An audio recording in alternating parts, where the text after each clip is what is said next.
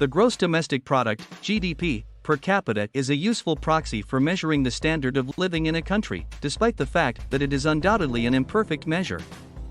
We thought it would be helpful to provide an update to our widely read article and revisit our projections for the 132 countries that we cover to determine which will have the highest GDP per capita in the year 2025.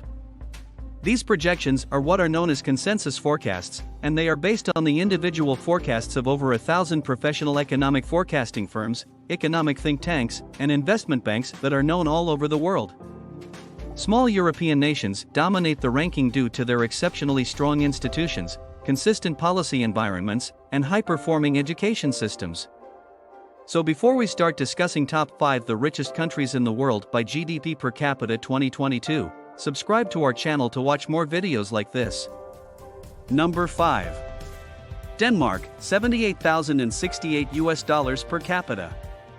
The high standard of living in the economy can be traced back to effective governance, elevated human capital, and a business environment that is conducive to growth. As part of the government's plan to achieve its goal of becoming carbon neutral by the year 2050, Denmark has developed its services sector, is a net exporter of food, and boasts a flourishing renewable energy industry.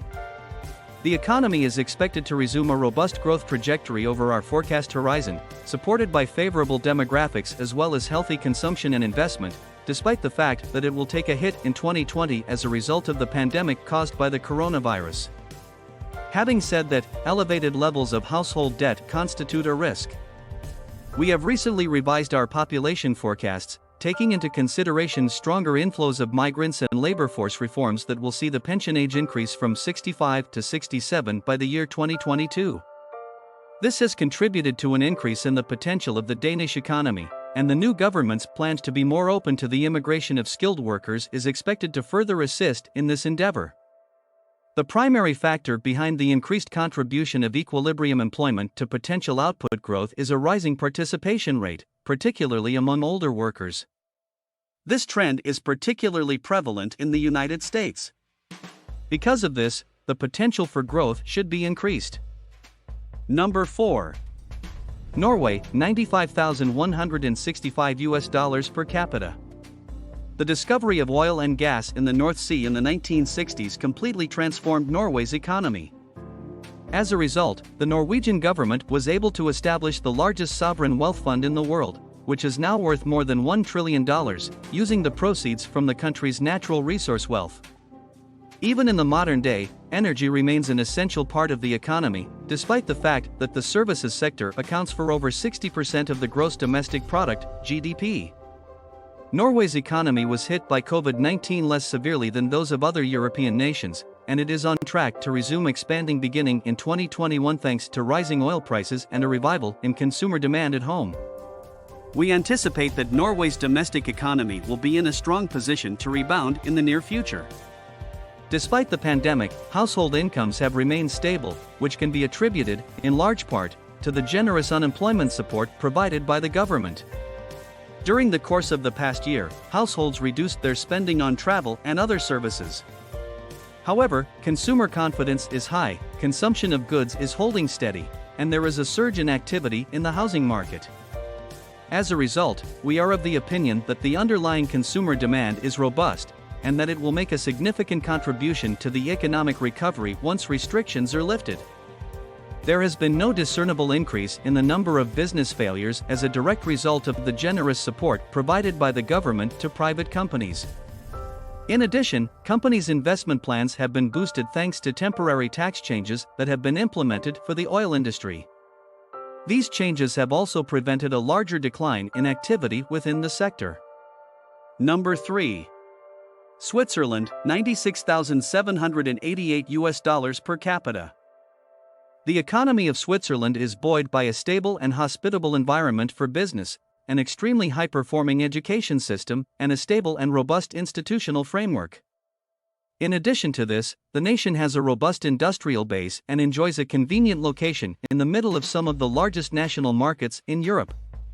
Because of Switzerland's generous state support and generally more relaxed restrictions than those of other countries, the country was able to weather the COVID-19 crisis relatively well. In the future, it is expected that the economy will return to a steady, albeit unspectacular growth trajectory. However, there are risks associated with the economy due to disagreements with the EU over the bilateral relationship and exposure to external shocks. The level of activity in Switzerland at the end of the third quarter was significantly higher than that of its European neighbors when compared to the situation that existed at the end of 2019. The overall GDP is expected to decrease by 3.2% in 2020, according to our projections. Once any possibility of a third wave of the pandemic has been removed thanks to the introduction of the COVID vaccine, the recovery in 2021 should be strong, particularly in the second half of the year. For the entirety of the year 2021, we anticipate a growth rate of 3.1%. Number 2.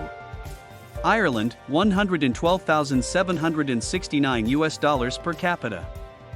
Ireland has gone from being one of the poorest EU nations to one of the wealthiest in recent decades thanks to an export-oriented economic model and huge success in attracting foreign direct investment, FDI, particularly from large multinational corporations. This transformation has been made possible by the fact that Ireland is now home to a large number of multinational corporations. Ireland has a favorable tax system, a skilled workforce that speaks English, a stable business environment, and close ties to the United States, all of which work to Ireland's advantage. Over the course of our analysis period, we anticipate that Ireland will keep expanding at a healthy clip, which will be supported by robust inward migration and investment.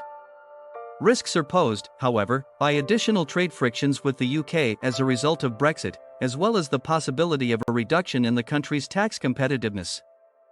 In addition, the presence of a large number of multinational corporations in the country makes it difficult to interpret the data contained in the national accounts. The distortionary effects of balance sheet movements of foreign multinational companies with headquarters in Ireland make it difficult to calculate the growth of Ireland's economy. Because of these distortions, the official figures for Ireland's GDP are not a reliable measure of the country's overall economic activity. Furthermore, these figures are volatile and are subject to frequent and substantial revisions. This is especially noticeable in the external sector, which has seen official export growth figures rise during the pandemic.